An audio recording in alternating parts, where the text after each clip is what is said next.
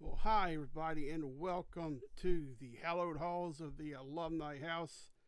I am the Quacker, and this is Dog Piles Sunday, Championship Sunday, the day the automatic qualifier bids are punched or claimed. We had some really good games today. We had some doozies. So we'll jump right on in and go through our conferences that we cover, and then I will go through all the teams who have punched an automatic qualifier bid that won their conference tournament, and then we'll talk about the host sites. So this will be the top 16 seeds. There's no particular order here. It's just like everything I've seen is just alphabetical. They'll release seeding along with the rest of the brackets and stuff tomorrow. So jumping straight in, we'll go to the American, and today it was ECU and UTSA. So Texas San Antonio, they played, it was a rematch from yesterday. ECU, who was the 2 seed, shut out UTSA, the 1 seed, beat them 1-0. ECU defends their title, so that they won it last year, the tournament last year. They are 5-2 all time in the American Conference Championship game, according to the American Conference website.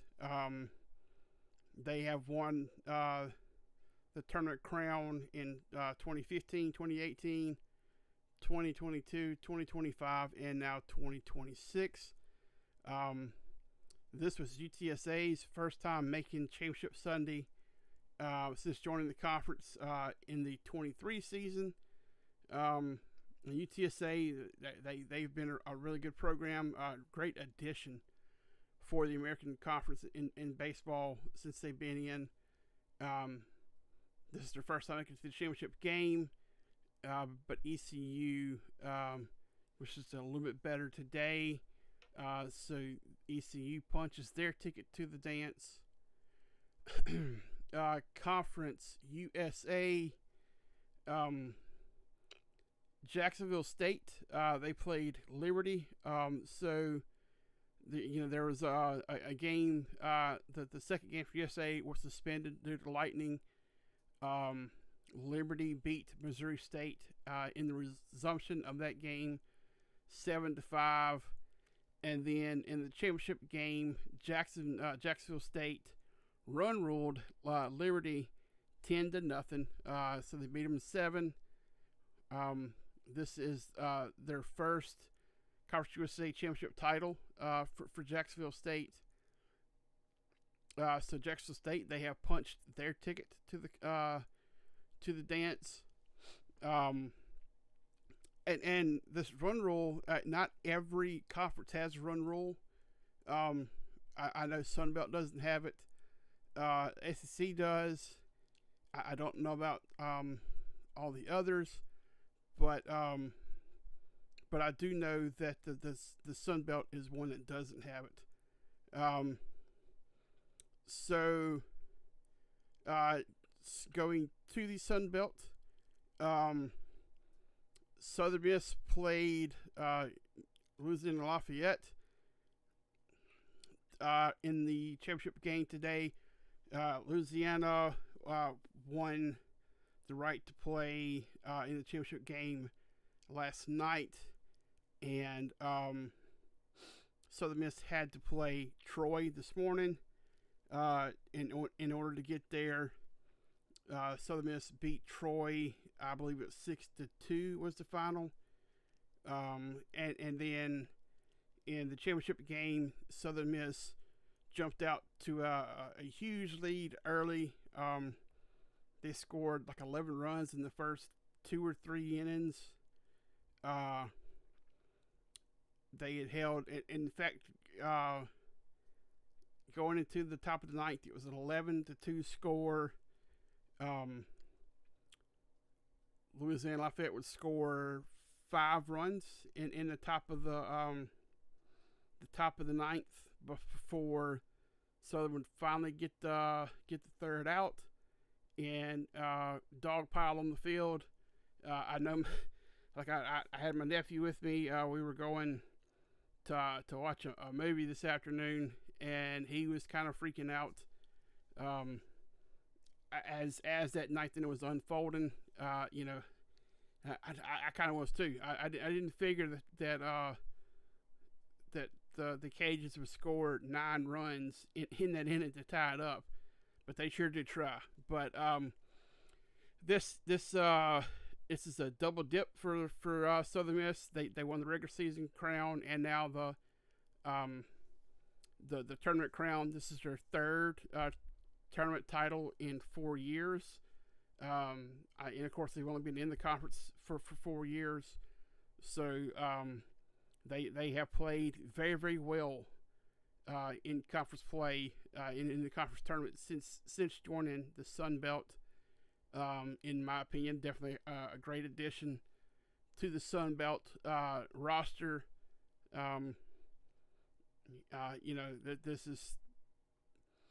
There's a possibility that Sun Belt will get 5 teams into the league, into the regionals this year. I think it's a pretty good lock for 4, but there's a chance for 5, and a lot of that. The Sun Belt was already good when Southern Miss before they got there. When Southern Miss came in, some of the other teams came in with them. That really kind of bolstered the depth of the conference. So congratulations to the Eagles. They have punched their ticket for there's no doubt at all with that one, and they have maybe bolstered themselves for a top 8 seed in the regionals. We'll have to wait and see, but that was heck of a performance by Southern Miss today, and all the championship winners. It's been a heck of a performance, and this Sun Belt tournament, this is one I paid the closest attention to. That 26th and 27th out was the hardest outs to get by any team. It was absolutely crazy. I've watched a lot of baseball, and this is one of those tournaments where like it was the top of the ninth, bottom of the ninth, whatever the last at bat for the losing team was. It was almost impossible to get them out.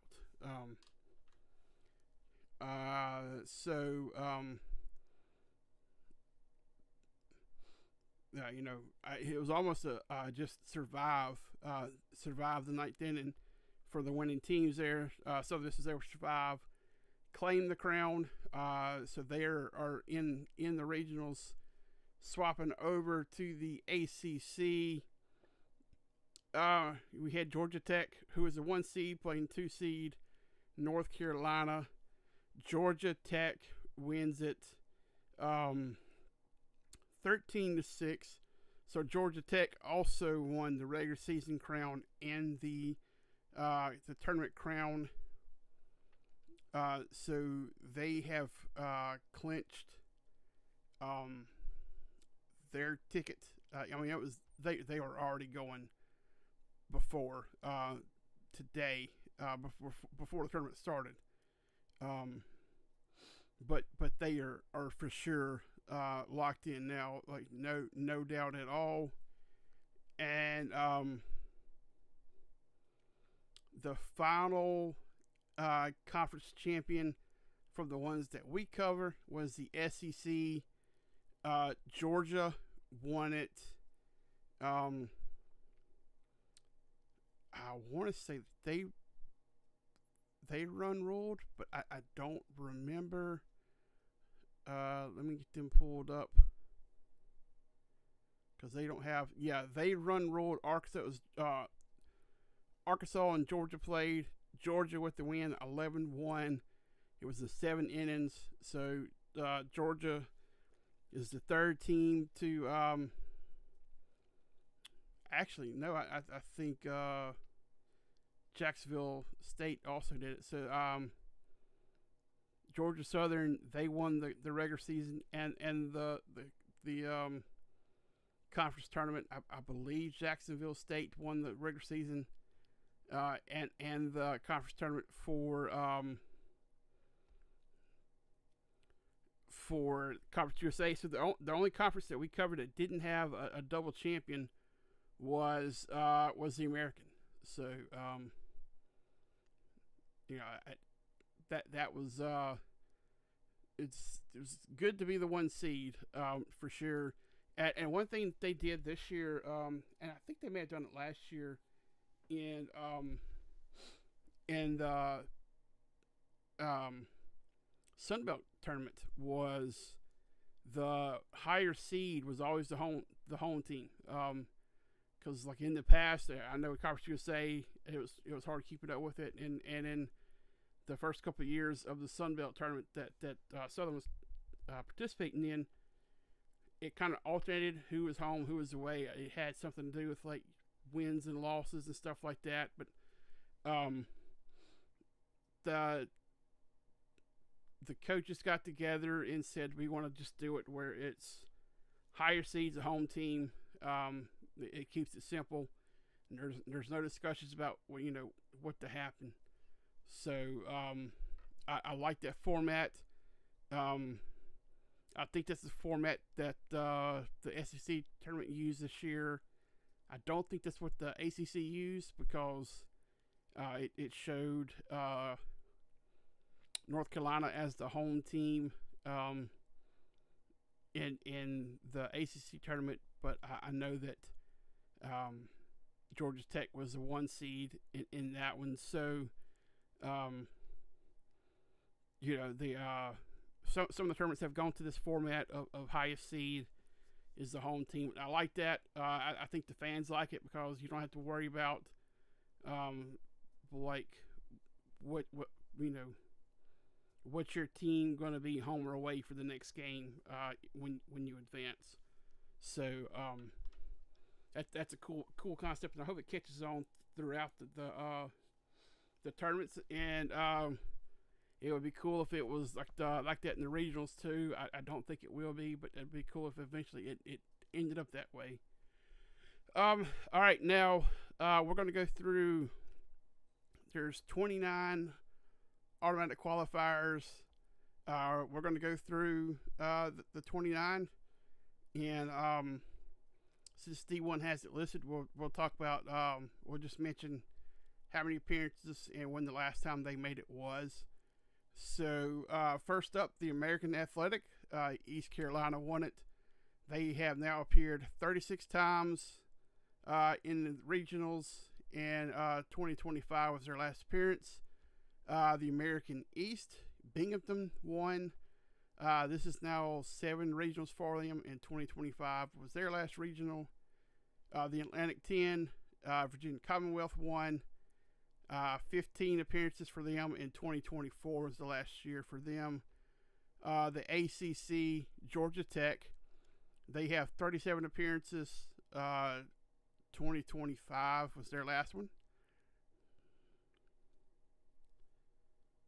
And you would think that Georgia Tech's 37 would be the most on this list, but it's not, and it's not even a power team power conference team that has the most on this list. The Atlantic Sun, Lipscomb. This is their 4th appearance. The last time they appeared was 2023. The Big 12, Kansas. So Kansas beat West Virginia in the championship game. This is Kansas' 7th appearance, and 2025 was their last appearance. Big East, St. John's, 38 appearances. The last time was 2024. St. John's on this list has the most appearances of the automatic qualifiers. The Big South, South Carolina Upstate, they won the championship for the Big South Championship. This is their 5th appearance, 2025 being their last. In the Big Ten, UCLA, this is their 27th appearance. 2025 was their last time in. The Big West, Cal Poly, they are the champions 5 times. They have appeared in the regionals. 2025 was their last appearance. In the Coastal Athletic Conference, that's the CAA. Northeastern won. This is their 12th appearance. 2025 would be their last time that they were in regionals. Conference USA, Jacksonville State, 6 appearances, 2019 being their last time in. The Horizon League, Milwaukee, 5 appearances, and this is the first time in 16 years that they've been in. So 2010 is the last time that they made a regional. Ivy League, Yale, this is their 7th appearance. 2017 was their last time in a regional. The Metro Atlantic, Ryder is your champion. 16 appearances, 2023 being the last time. The Mid-American, you had Northern Illinois. This is their 2nd appearance. And the first time since 1972. Holy smokes. Wow. That is a long time. It's 54 years. That's a long time to go between appearances in regionals here. Missouri Valley, Illinois Chicago. This is their 7th appearance. 2019 is the last time they made it. The Mountain West, Washington State. This is their 17th appearance. Their first time since 2010. Of course, Washington State used to be in the Pac-12. It's interesting that Oregon State played independent in baseball, but the Washington State had joined the Mountain West for baseball for the last couple of years. Northeastern, Long Island, won that conference. This is their 5th appearance, the first time since 2024.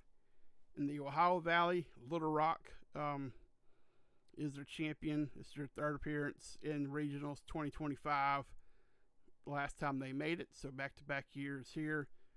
Patriot League, Holy Cross won it. 13th appearance, 2025 being their last. Southeastern Conference, Georgia, which I saw this is their first time that they have won the conference tournament. They've been conference champion, so like the tournament champion. This is their 18th regionals. Of course, last time it was last year in 2025. In the Southern Conference, the Citadel won. This is their 14th appearance. 2010 being the last time. In the Southland Conference, Lamar won. This is their 14th appearance as well.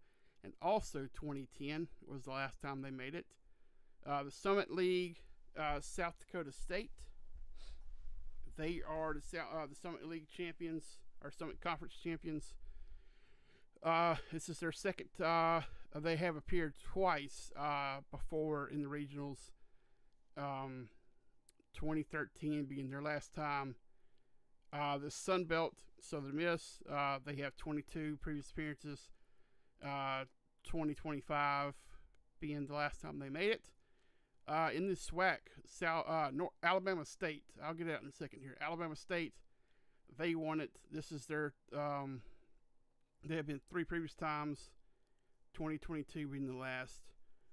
The Western Athletic Conference, Tarleton won. This is their first ever appearance. And in the West Coast Conference, St. Mary's won their third, three previous times, and 2025 being their previous. All right, so that is the automatic bids here. There are a couple surprises here as far as champions go. And like with Northern Illinois, that 54 years in between appearances, that blows my mind there.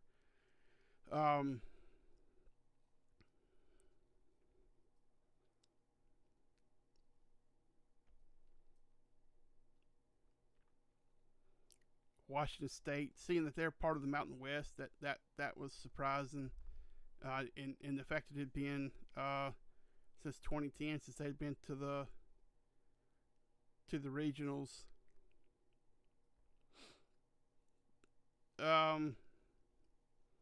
And I didn't know that UCLA had only been to the regionals 27 times, because they've won a few national championships. I really thought they would have been more than that. St. John's being the one on the list with the most appearances, that's surprising. So yeah, that's the auto bids. That's your conference champions for each conference. And now we will flip over to the regional host sites. Now again, this is not like the any kind of order or seating. This is just how they have them listed, and I think it's listed by location. So it's alphabetical order by location.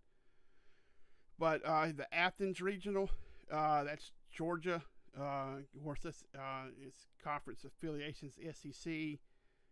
Atlanta regional, that's Georgia Tech. ACC. The Auburn, Alabama regional, so that's Auburn is the host.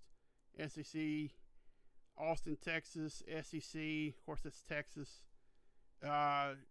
Chapel Hill regional, that's North Carolina, or UNC. That's ACC.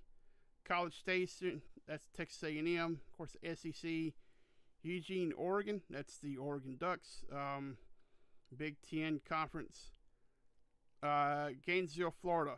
So that's University of Florida. SEC. Hattiesburg Regional, that's Southern Miss. The Sun Belt. Lawrence, Kansas, that's the University of Kansas. They are Big 12. Lincoln Regional, that's the University of Nebraska. Big 10. UCLA's the Los Angeles Regional. Big 10. Morgantown, that's West Virginia. That's Big 12. Starkville Regional, that's Mississippi State, SEC. Tallahassee Regional, Florida State, ACC. And Tuscaloosa Regional, that's Alabama, and of course the SEC. So by conference breakdown, you have 1, 2, 3, 4, 5, 6, 7 SEC. 1, 2, 3 ACC. 1, 2 Big 12s. 1, 2, 3 Big 10s, and 1 Sun Belt. So you only have one mid-major hosting, and of course that's Southern Miss in Hattiesburg. So that's the your conference champions. That's the host sites, and tomorrow we'll find out seeding, like who's 1 through 8, which is the most important part there, because that's super regional host. If you win, if you're a top 8 seed and you win your regional, then you get to host a super regional. If you were 9 through 16 and you win your regional, you have to hope that the opposite number of you loses the regional. So if you're the 16 seed and you're going up against the 1 seed, you're hoping that the 1 seed loses the regional, and then you will host. And there's the situations where you will have, and this happens from time to time, you'll have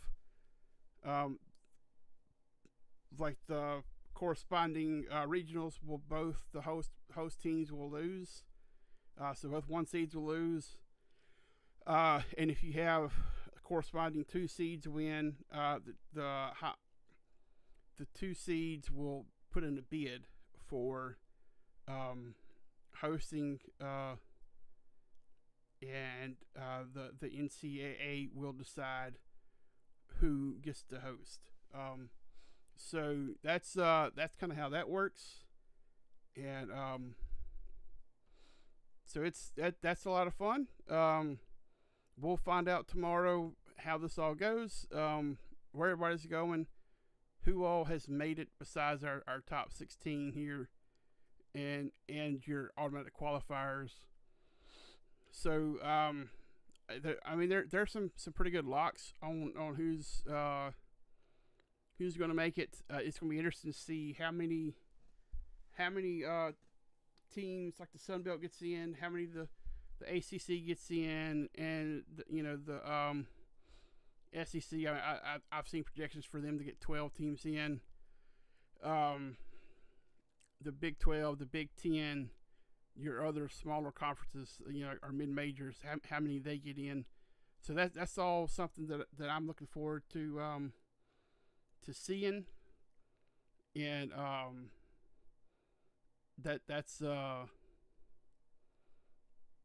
that's part of the fun part before the regional start is looking at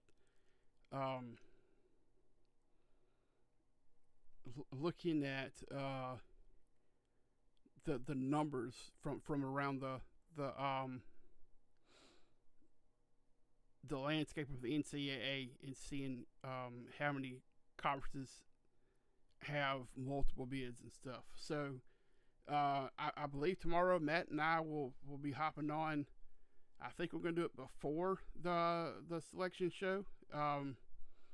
So keeping out for that, and we'll be back tomorrow. I set out a goal before the conference tournament started to do a show every night, and I somehow did it. So I'm kind of happy about that I was able to do that. After tomorrow, there won't be another episode until regional start, and we'll kind of go through. I may do a episode each night, just like I've done with this during the regionals, and we'll go from there. Until next time, guys, stay safe. Enjoy Memorial Day. Remember why we have Memorial Day, why we have the day off, and enjoy the time with your family.